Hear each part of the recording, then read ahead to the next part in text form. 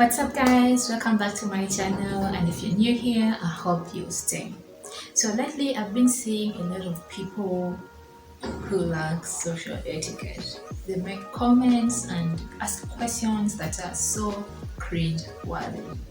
I thought to myself, maybe they're not aware of what exactly they're doing, because I was one of those a long time ago before I knew better. So you might be wondering, what is social etiquette anyway? Well, according to Google, it refers to the behavior you resort to in a social situation, interactions with your family, friends, coworkers, and strangers.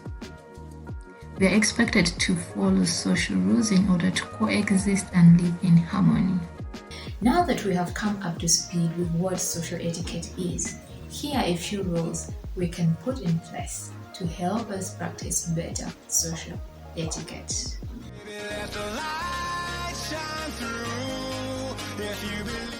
I'll start with the most obvious. Don't call someone more than twice in a row.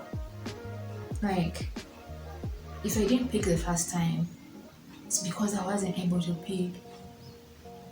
Then how do you expect me to pick the second time when you just let 10 seconds go by before calling back? And besides, when someone doesn't pick, please assume they are busy. Assume they're busy. Don't call back. Give it some time before calling back. It's actually rude. Secondly, this goes to the ladies most especially.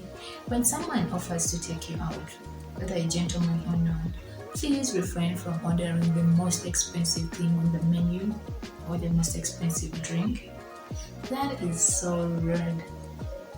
Don't do it. Be better. Do better.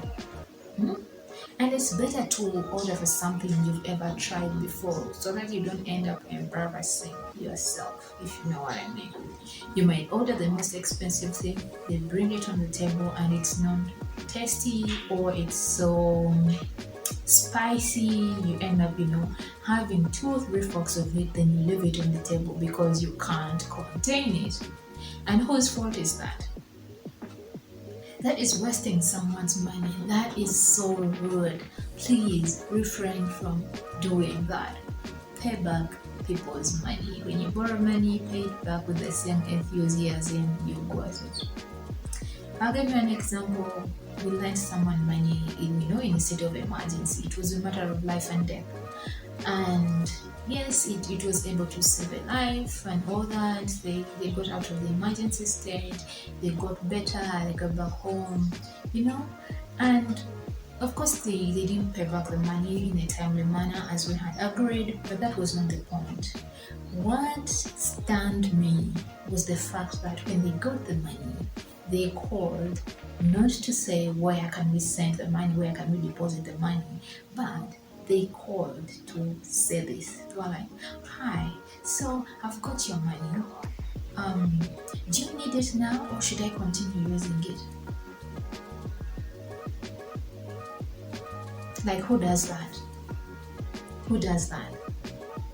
Are you trying to insinuate that when I lent you my money, I had nothing to do with it?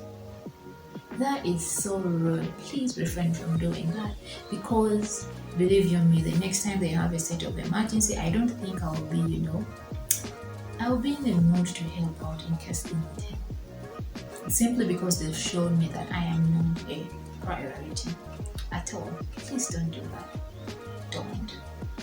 When you meet someone after a long time, please refrain from asking questions or making comments like, "You're not married yet? Wow. No kids yet? Wow. How many kids do you have? How much do you earn? Why don't you drive? That is your business. How?" Like, just asking. How? And then, in case someone tells you, let's say, about the kids thing, because a lot of people are struggling with fertility issues lately. So if someone tells you, it's because we are struggling with fertility issues and all that, are you going to solve their problems? Or you're going to be like, oh, I'm sorry, I didn't know. Rude. Rude. Don't do that. Don't. And stop checking people's tummies whether they're expecting or not. Yeah? Keep your hands to yourself. You touching people's tummies. Hey, is it coming? Huh? How many months? How far along are you? Don't be rude. Don't. Oh, your baby is now old enough to get another brother or a sister. Keep your mouth out of people's uteruses. Don't do that. And then others, they ask the number of kids you have, and then when you get to say, they're like, what? All those? Like, was someone asking you for child support? Why do you make such rude comments? Please, let's do better. Let's learn to respect people's opinions on things. Because from where I'm seated, I might be seeing a 6, and from where you're seated, you could be seeing a 9, and we are both correct. And let's also learn to respect people's ways of doing things. Because when you come to think about it, 2 times 6 is 12, but so is 6 plus 6. The same result, different ways of doing things, but the result is the same. So let's respect people's ways of doing things. That way we practice better social etiquette. Never give unsolicited advice. And I know it sounds contradictory because that is exactly what I'm doing right now, but I didn't force no one to watch this video, did I? Anyway, kidding, but here's the thing. Refrain from giving people advice they've not asked for. That was a weakness I had. I would see someone, I think they need advice, I would give it, but then at the end of the day, I would get angry because they've not taken my advice. So one time I was listening to Joy Smile, and she said something that changed my whole perspective. She said, instead of complaining that people don't take your advice, how about you stop giving unsolicited advice? Ooh, that stung. That stung. I was like, damn. She spoke directly to me, and I took it in, I understood it, and I stopped giving unsolicited advice. Now, even if it is obvious you don't need advice, if you don't ask for it, I'll keep my mouth shut. Unless you're like a personal person, you know those personal person, those personal people that you can't let, take that road to hell. Yes, then I'll come in and I'll give you my advice whether you like it or not, and I'll even make sure I follow up. Other than that, my mouth is sealed. Yes, that is another way of practicing social etiquette, because if someone needs help, they will seek for it. And however much you think they need help, if they don't feel like they need it, even if you give it to them, they won't receive it. As simple as that. So lastly, praise in public and criticize in private. This is so important, and let me tell you, if there's anything you should pick from this video, you can decide to forget everything else.